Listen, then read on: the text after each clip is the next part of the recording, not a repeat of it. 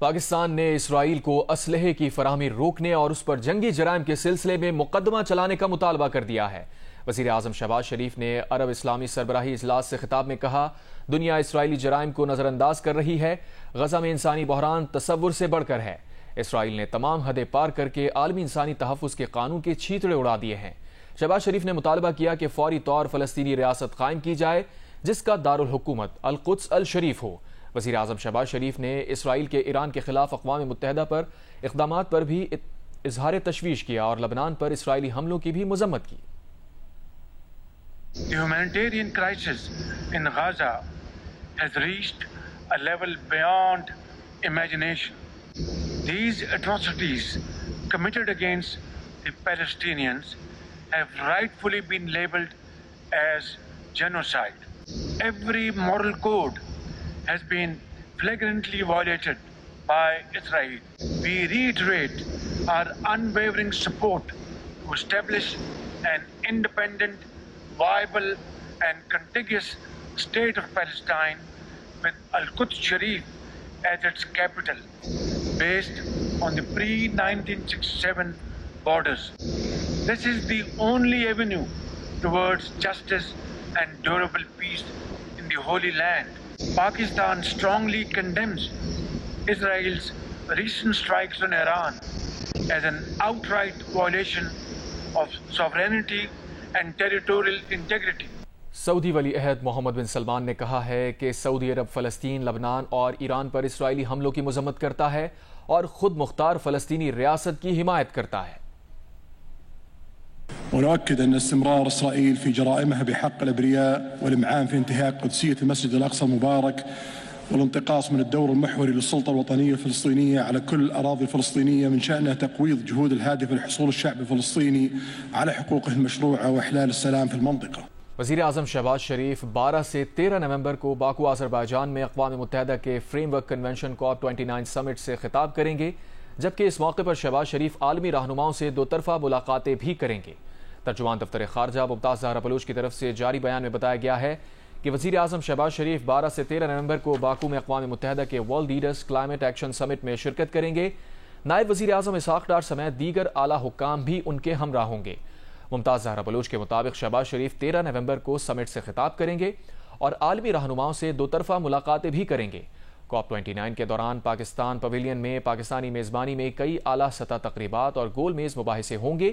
ترجمان کے مطابق اس دوران پاکستان تاریخی ذمہ داری، مساوات اور متفرق ذمہ داری کے اصول اجاگر کرے گا۔ آگے بڑھتے ہیں، آپ کو بتائیں PTI کے رہنما اور رکن قومی اسمبلی علی محمد خان نے کہا ہے کہ بانی PTI اسی مہینے احتجاج کی حتمی تاریخ دیں گے۔ علی امین گنڈاپور سر پر کفن باندھ کر آنے کی جو بات کر رہے ہیں اس کا مقصد صرف کمٹمنٹ دکھانا ہے۔ جیو نیوز کے پروگرام آج شازیب خانزادہ کے ساتھ میں گفتگو کرتے ہوئے انہوں نے کہا، سیاسی تحریک میں صرف کوشش کی جا سکتی ہے اور حتمی طور پر کچھ نہیں کہا جا سکتا۔ اب تک کے احتجاج سے متعلق کارکنوں کا گلہ، مایوسی اور توقع جائز ہے۔ صرف ایک جلسہ ہوا، اب آگے تاریخ کی بات ہو رہی ہے، ایسا کیا کر لیں گے کہ عمران خان صاحب کو رہا کرا لیں گے؟ گنڈاپور صاحب نے بتایا ہے اس مہینے شاید عمران خان صاحب کوئی بڑی حتمی کال ان کی طرف سے آئے، وہ کال جب آئے گی انشاءاللہ پھر سب نکلیں گے۔ کفن وغیرہ کی بات کا مقصد صرف کمٹمنٹ کا ہے جو گنڈاپور صاحب نے کی ہے، باقی پرامن سیاسی تحریک ہے۔ پولیٹیکل موومنٹ میں آپ اپنی کوشش کرتے ہیں، آپ حتمی تو کچھ نہیں کہہ سکتے، آپ کیا کر لیں گے؟ ایک بڑا ایک شو ہو، ایک گیدرنگ ہو، کسی خاص جگہ پہ ہو۔ صاحب تو کہہ رہے اب جلسہ نہیں ہوگا، اگر جلسہ نہیں ہوگا تو کیا پھر دھرنا ہوگا تو کہاں ہوگا؟ کیونکہ خیبر پختونخوا میں ہوگا تو فرق نہیں پڑے گا، آپ وہاں سے نکلیں گے تو ظاہر ہے حکومت کے کریک ڈاؤن کا سامنا ہوگا۔ امپیکٹ کیسے ڈالیں گے کہ حکومت اس بات پر راضی ہو کہ عمران خان صاحب باہر آ جائیں؟ ضروری نہیں ہے کہ صرف ڈی چوک ایک آپشن ہو سکتا ہے پورے ملک میں کال دیں، مختلف شہروں میں ہو سکتی ہے، جو صوبائی دارالخلافے ہیں وہاں انکلوڈنگ اسلام آباد یہ ہو سکتی ہے۔ اب بھی ایسا تو نہیں ہے کہ کارکنوں کی توقعات اتنی بڑھائی جا رہی ہیں پھر ڈیلیور اس حساب سے نہیں ہوگا تو کارکن اور مایوس ہوں گے؟ میں سمجھتا ہوں کہ کارکنوں کا گلہ اور ان کی مایوسی یا ان کی توقع بھی جائز ہے، کیونکہ وہ اپنے لیڈر کو باہر دیکھنا چاہتے ہیں۔ تو حکومت اب ایسا لگ رہا ہے کہ اپنے آپ کو بہت محفوظ محسوس کر رہی ہے، تو وہ اسی وقت مانے گی آپ کی بات جب وہ محفوظ محسوس نہ کرے، یا پھر طاقتور کوارٹرز ہلکے اپنے آپ کو انہیں لگے کہ ان کے اوپر بہت زیادہ دباؤ آ رہا ہے؟ ایسا نہیں ہے کہ گزرتے ٹائم کے ساتھ آپ اس دباؤ کو بڑھانے میں کامیاب ہوئے، وہ تو کم ہو رہا ہے۔ آرمی ایکٹ میں ترمیم کرنا، اس کے ساتھ ساتھ سپریم کورٹ کے لاز میں چینج کرنا، غیر آئینی طریقے سے آئینی ترامیم پاس کرنا، لوگوں کو اٹھانا اور اس کے ساتھ ساتھ ان کی پریشانی یعنی ان کے چہروں پہ جو اڑتی ہوئی ہوائیاں ہیں اس سے کیا آپ کو لگ نہیں رہا کہ پریشر شفٹ ہو چکا ہے؟ ہم پہ تو صرف یہ پریشر ہے کہ خان صاحب باہر آئیں. اور یہاں آپ کو بتائیں وزیر اعظم کے مشیر برائے سیاسی امور رانا ثنا نے کہا ہے کہ بانی پی ٹی آئی جس قسم کی کال دے رہے ہیں اس کے نتیجے میں قانون نافذ کرنے والے اداروں کو کریک ڈاؤن کی کھلی چھوٹ ملے گی، پھر اس کے نتائج پر یہ روئیں گے. وہ جیو نیوز کے پروگرام آج شاہ زیب خانزادہ کے ساتھ میں گفتگو کر رہے تھے.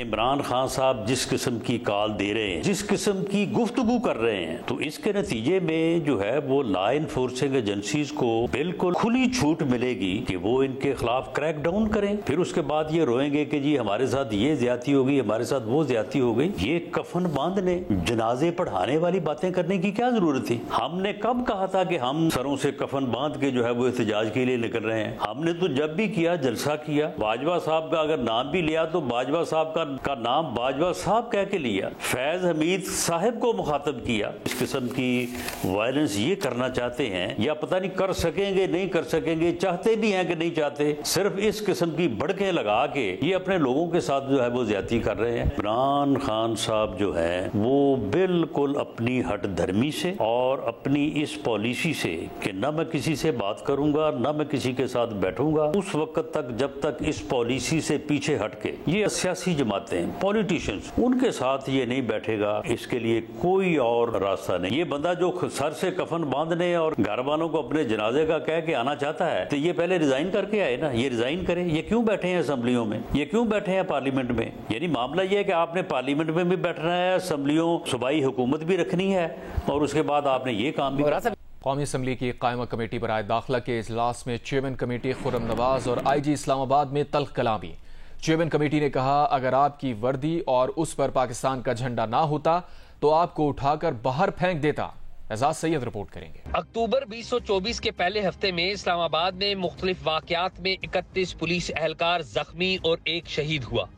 گزشتہ 11 ماہ میں 348 وی وی آئی پی موومنٹس کو سیکیورٹی دی گئی. 1 جنوری 2024 سے 7 نومبر تک 2773 اسٹریٹ کرائمز رجسٹرڈ ہوئے. 2024 میں ڈکیتی اور گاڑی چھیننے سے متعلق 15 پر 3897 کالز آئیں. راہزنی کے 1593 کیسز رپورٹ ہوئے. اسلام آباد میں 3352 اے آئی کیمروں، 568 فائبر آپٹکس کیمروں کی مدد سے سرویلنس ہو رہی ہے. یہ سب بتایا آئی جی اسلام آباد ناصر رضوی نے قومی اسمبلی کی قائمہ کمیٹی داخلہ کے اجلاس میں. اجلاس کی صدارت رکن قومی اسمبلی خرم نواز کر رہے تھے. پی ٹی آئی رکن قومی اسمبلی زرتاج گل بولی اس پریزنٹیشن کا ہمیں کوئی فائدہ نہیں. عبد القادر پٹیل نے کہا کہ آپ کتنے ملزمان کو سزائیں دلانے میں کامیاب رہے، ڈیٹا دیں. چیئرمین کمیٹی خرم نواز نے کہا کہ پولیس کوئی ڈکیت پکڑتی ہے تو اسے 2-4 ماہ سے زیادہ سزا نہیں ہوتی. ڈکیت کے خلاف کوئی شریف آدمی گواہی کے لیے عدالت ہی نہیں جاتا. ایک موقع پر چیئرمین کمیٹی نے آئی جی اسلام آباد کو بولنے سے روک دیا. آئی جی بولے کیا میں سوالوں کے جواب نہ دوں؟ چیئرمین کمیٹی نے کہا آپ لڑ کیوں رہے ہیں؟ آئی جی صاحب اسلام آباد کے تھانوں میں جانے سے ڈر لگتا ہے. آئی جی بولے سر کیا آپ کے اس بیان کو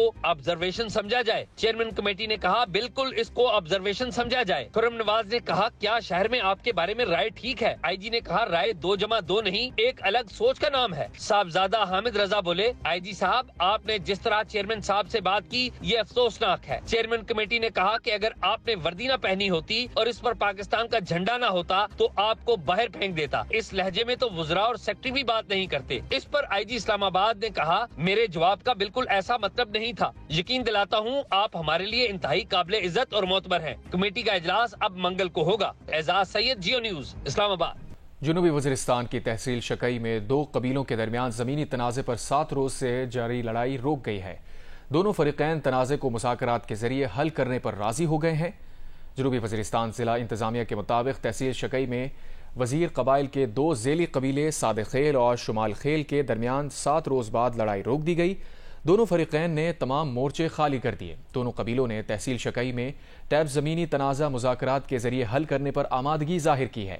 ضلع انتظامیہ نے تحصیلدار کی سربراہی میں قبائلی عمائدین کا نمائندہ جرگہ تشکیل دے دیا. بانی پی ٹی آئی اور ان کی اہلیہ بشرا بی بی کے خلاف 190 ملین پاؤنڈ ریفرنس کی سماعت 13 نومبر تک ملتوی کر دی گئی. بانی پی ٹی آئی کے وکلا نے عدالت میں موقف اختیار کیا کہ ایک تو نہیں 342 کا بیان جمع کرانے کے لیے 14 روز کا وقت دیا جائے. دوسرا، اسلام آباد ہائی کورٹ نے حکم دیا کہ پہلے دونوں ملزمان کی بریت کی درخواستوں پر فیصلہ کیا جائے. عدالت نے ریمارکس دیے. اس حوالے سے ابھی تک کوئی حکم نامہ موصول نہیں ہوا. سانحہ 9 مئی کے دوران GHQ حملہ کیس کے مقدمے میں پولیس نے مزید شواہد اور دستاویزی تفصیلات انسداد دہشت گردی عدالت راولپنڈی میں جمع کرا دی ہیں۔ پولیس نے 87 گواہان کی فہرست بھی عدالت میں جمع کرا دی۔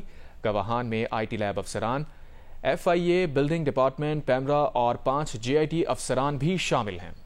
26ویں آئینی ترمیم کے بعد پشاور ہائی کورٹ میں آئینی بینچز کے قیام کے لیے صوبائی اسمبلی سے ابھی تک قرارداد پاس نہیں کرائی جا سکی۔ خیبر پختونخوا حکومت کا کہنا ہے کہ آئینی بینچز کے حوالے سے کسی نے معلومات نہیں دی اور نہ ہی ابھی تک مطالبہ کیا۔ وفاقی حکومت اور عدلیہ کنفیوز ہے، جبکہ اپوزیشن کا کہنا ہے کہ ہائی کورٹ میں آئینی بینچز کے قیام کے لیے اسمبلی سے قرارداد منظور کرانا آئینی تقاضا ہے۔ پشاور سے رسول داور رپورٹ کر رہے ہیں۔ خیبر پختونخوا حکومت 26ویں آئینی ترمیم کے بعد پشاور ہائی کورٹ میں آئینی بینچز کے قیام کے لیے صوبائی اسمبلی سے قرارداد پاس کرانے کا ابھی تک فیصلہ نہ کر سکی۔ صوبائی وزیر قانون آفتاب عالم کا کہنا ہے کہ آئینی بینچز کے قیام سے متعلق صوبائی حکومت کو معلومات نہیں دی گئی ہے اور نہ ہی کسی نے مطالبہ کیا ہے۔ فیڈرل گورنمنٹ خود اس کے اوپر کنفیوز ہے، جو انہوں نے امینڈمنٹ کی اور یہ آئینی بینچز کے حوالے سے میرے خیال میں جب ہمیں موصول ہوگی ان کی طرف سے کوئی ڈیمانڈ تو انشاءاللہ تب جا کے اس کے اوپر کوئی مشاورت ہو سکتی۔ اپوزیشن کا کہنا ہے کہ حکومت کو آئینی بینچز کے قیام کے لیے صوبائی اسمبلی سے قرارداد منظور کرانی ہوگی۔ حکومت پوائنٹ سکورنگ کی بجائے قرارداد پاس کرائے ورنہ عدلیہ کا دروازہ کٹکھٹائیں گے۔ اگر آئینی بینچز خیبر پختونخوا میں خدا نخواستہ نہیں بنتے، سب سے بڑا نقصان چاروں فیڈریٹنگ یونٹ میں اگر آئینی اور کانسٹیٹیوشنل میٹرز اگر کسی کے ہے تو وہ خیبر پختونخوا کے اگر وہ نہیں بنے گا تو خیبر پختونخوا کو مالی، معاشی، سیاسی طور پہ بہت بڑا نقصان ہوگا۔ 26ویں آئینی ترمیم کے بعد چاروں صوبوں کے ہائی کورٹس میں آئینی بینچز کا قیام آئینی تقاضا ہے، تاہم اس حوالے سے ابھی تک خیبر پختونخوا اسمبلی سے قرارداد کی منظوری تاخیر کا شکار ہے۔ رسول داور، جیو نیوز، پشاور۔ سردی کا آغاز ہوتے ہی لاہور کے بیشتر علاقوں میں گیس پریشر مزید کم ہو گیا۔ گھریلو صارفین کا کہنا ہے کہ انہیں گیس سرے سے نہیں مل رہی۔ جن علاقوں میں گیس آ رہی ہے وہاں پریشر کا مسئلہ ہے اور لوگ مہنگی LPG اور لکڑیاں استعمال کرنے پر مجبور ہیں۔ تفصیلات بتائیں گے ارم اوان اپنی رپورٹ میں۔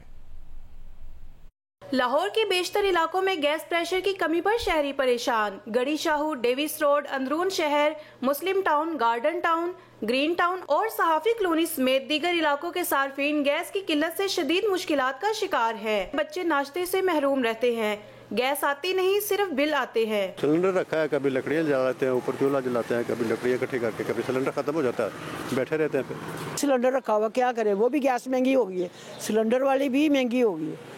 اب مسائل کوئی ایک ہو تو بندہ بتائے نا۔ بہت تنگ کر رہے ہیں اور جو بل ہے انہوں نے ویسے بڑھا دیے ہیں، جس کی وجہ سے لوگ سارے پریشان ہیں۔ جس طرح مہنگائی کی ریشو اب ہو رہی ہے، کیسے آپ افورڈ کر سکتے ہیں سلنڈرز؟ MD سوئی ناردن عامر طفیل کا کہنا ہے کہ سردی میں گیس کی طلب 3 گنا بڑھ جاتی ہے۔ کوشش ہوتی ہے کہ کھانے کے اوقات میں گیس پریشر بہتر رہے۔ ڈومیسٹک سیکٹر کو کوکنگ آورز میں جو 3 کوکنگ آورز ہیں اس ٹائم پہ ان کو گیس کی اویلیبلٹی ہیلدی پریشر کے ساتھ رہے جو ہے، تو اس سلسلے میں مختلف اقدامات کیے گئے ہیں، ٹیکنالوجی کا سہارا بھی لیا گیا ہے۔ اس صورت میں ہم نے اپنی ٹیمیں بھی ڈپیوٹ کی ہیں، ایکسٹرا ٹیمیں ڈپیوٹ کی ہیں کہ پہلے تو یہ پرابلم کہیں ارائز ہی نہ ہو، اور اگر کہیں ارائز ہو اسپیشلی جو ہمارے سسٹم کے فیگ اینڈز ہیں تو وہاں کے لیے ٹیمیں ہماری اویلیبل ہوں۔ شہریوں کا مطالبہ ہے کہ جن علاقوں میں گیس کم آ رہی ہے ان کا سروے کرایا جائے اور نارمل پریشر پر گیس کی فراہمی کو یقینی بنایا جائے۔ کیمرہ مین عامر باجوہ کے ساتھ ارم اوان، جیو نیوز، لاہور۔ بلوچستان کی کوئلہ کانوں میں رواں سال کے 10 ماہ کے دوران ہونے والے 28 حادثات میں 73 کان لقمہ اجل بن گئے۔ بلوچستان کے محکمہ معدنیات نے کوئلہ کانوں میں ناقص حفاظتی اقدامات ہونے پر 119 کوئلہ کانیں سیل کر دیں۔ ندیم کوثر رپورٹ کر رہے ہیں۔ بلوچستان میں محکمہ معدنیات کے ریکارڈ کے مطابق رواں سال جنوری سے اکتوبر تک صوبے کے مختلف علاقوں دکی، ہرنائی، شارگ، مچ، کوئٹہ اور چمران کے کوئلہ کانوں میں زہریلی گیس بھرنے، مٹی کا تودہ گرنے، ٹرالی لگنے سے 28 حادثات رپورٹ ہو چکے ہیں۔ ان حادثات میں 73 کارکن جاں بحق اور 50 زائد زخمی ہوئے۔ کارکنوں کی ہلاکت کے زیادہ تر واقعات دکی، ہرنائی اور کوئٹہ کی کوئلہ کانوں میں پیش آئے۔ صوبے کی کوئلہ کانوں میں پیش آنے والے حادثات کے بعد محکمہ معدنیات بھی ایکشن میں آیا اور حفاظتی اقدامات نہ ہونے پر رواں سال 119 کوئلہ کانیں سیل کر دیں۔ زیادہ تر کوئلہ کانیں دکی اور ہرنائی کے علاقے میں سیل کی گئیں۔